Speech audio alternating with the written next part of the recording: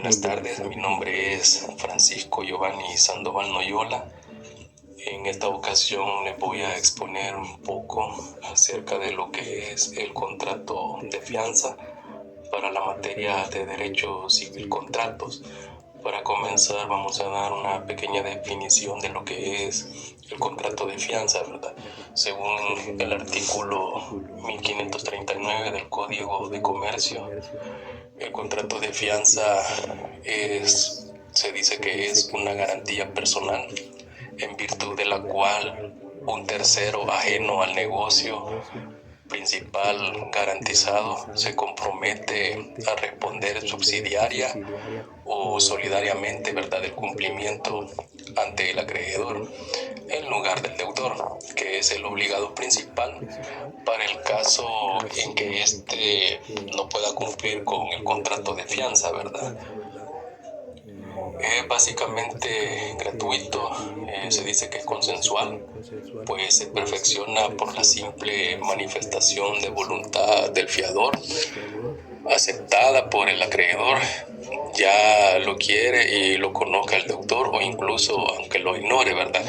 Dentro del contrato de fianza también existen características, ¿verdad?, del contrato de fianza, que se dice de que es accesorio, que quiere decir que la garantía presupone la existencia de una obligación principal a la que accede en virtud de este carácter. Se contamina de la nulidad del contrato principal, de su extinción o de su cesibilidad por el principio que establece que lo accesorio sigue la suerte de lo principal. También se dice que es consensual, que queda concluido para producir sus efectos propios desde que las partes hubieran manifestado recíprocamente su consentimiento, ¿verdad? Se dice que también es conmutativo, lo que quiere decir que las ventajas y desventajas que se procuran las partes las conocen desde el momento de la constitución de la fianza. Si bien es cierto que existe la incertidumbre de que el deudor cumpla o no con la obligación, no quiere decir que esté sometido a una aleatoriedad, ¿verdad? Porque las ventajas y desventajas del contrato no se ven afectadas, solo está sujeto a una condición. Se dice que también es unilateral. La fianza es normalmente un contrato unilateral, ya que solo crea lo que es obligaciones para el fiador únicamente. Es gratuito por el hecho de que se le reconozca al fiador la facultad de poder estipular con el deudor una remuneración por el favor prestado.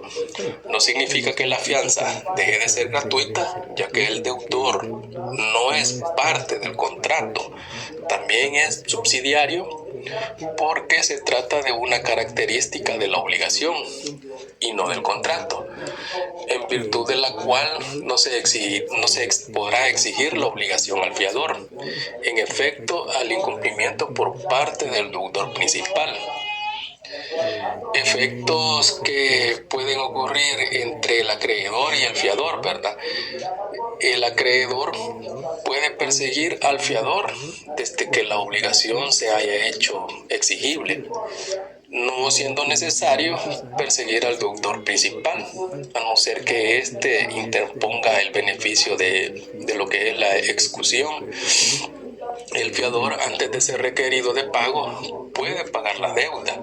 En este caso, las obligaciones del fiador son las siguientes. Si paga antes de lo que es el plazo, deberá esperar a que se cumpla este para poder ejercitar contra el deudor lo que es la acción de reembolso, ¿verdad? Deberá también dar aviso al deudor antes de pagar anticipadamente. De no hacerlo, la sanción es, ¿verdad? La sanción puede ser: el deudor puede oponer todas las excepciones que pueda oponer el acreedor. El fiador pierde lo que es la acción de reembolso. En caso de que el deudor pague la deuda al acreedor, ignorando que ya la ha pagado el fiador. El fiador puede oponer el beneficio de excusación. El beneficio se divide el beneficio de excusación y las excepciones reales o personales, ¿verdad? También en el contrato de fianza hay efectos entre lo que es el fiador y el deudor. Por ejemplo, el fiador tiene derecho para que el deudor le obtenga el relevo o le caucione las resultas de la fianza o consigne los medios para el pago en los siguientes casos, ¿verdad? Estos derechos no se extienden al que afianzó contra la voluntad del deudor. Cuando el deudor principal disipa temerariamente sus bienes, otra posibilidad podría ser cuando el deudor se obliga a obtener el relevo de la fianza dentro de cierto plazo y este ya ha vencido. También cuando sea cumplida la condición o vencido el plazo y se hace en consecuencia exigible lo que es la obligación en todo aporte, ¿verdad? También cuando haya fundado temor que el deudor principal se fugue o no deje bienes suficientes para el pago de la deuda, ¿verdad? En el caso del fiador y deudor, están obligados recíprocamente a darse aviso del pago. Si el deudor paga sin dar aviso al fiador, será responsable de lo que esté ignorando el pago. El pagaré de nuevo, ¿verdad? Pero tendrá acción de reembolso en contra del acreedor. Si paga el fiador sin dar aviso al deudor y el deudor paga la deuda, el fiador no tiene acción de reembolso contra el deudor, pero sí puede repetir contra el acreedor por el pago de lo no debido. Además, en caso de haber pagado precipitadamente, podrá el deudor oponer a la acción de reembolso todas las acciones que pudo oponer al acreedor. El fiador tiene derecho a que se le reembolse lo pagado. Esto es por vía de la acción de reembolso, ¿verdad? El fiador también tiene derecho a que se le reembolsen los otros perjuicios de acuerdo con las reglas generales, ¿verdad? El fiador que paga la deuda se subroga en los derechos del acreedor, ¿verdad? Entonces también encontramos que en el contrato de fianza también existen lo que son efectos entre cofiadores, ¿verdad? Cuando son varias, las deudas se dividen entre ellos, ¿verdad? En partes iguales. El cofiador que paga más de lo que le corresponde tiene derecho a que sus cofiadores le reembolsen el exceso. Entre ellos pueden oponerse las excepciones reales, ¿verdad? Para que también tengan la extinción del contrato de fianza, también se deben de seguir ciertos pasos, ¿verdad? En los cuales la fianza se extingue.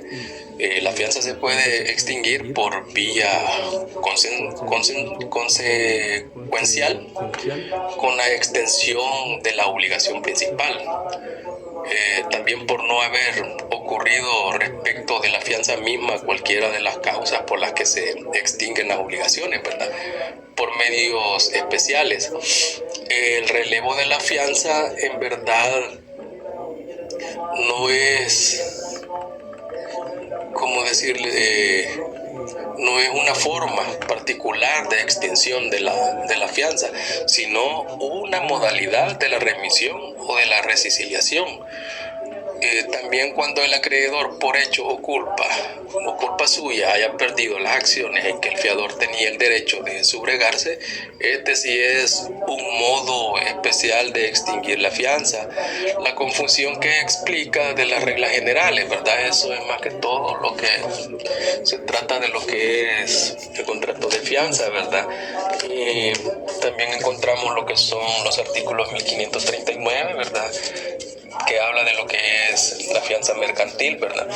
Es mercantil el contrato de fianza que se constituya por por empresas que dentro de su giro ordinario practiquen dicha operación o la otorgada por instituciones bancarias, ¿verdad? En el artículo 1540 del Código de Comercio dice de que en la fianza mercantil el fiador responde solidariamente por el fiado sin gozar del beneficio de lo que es la ejecución de bienes. Bueno, hasta aquí llega mi participación en lo que es el contrato de fianza. Muchas gracias.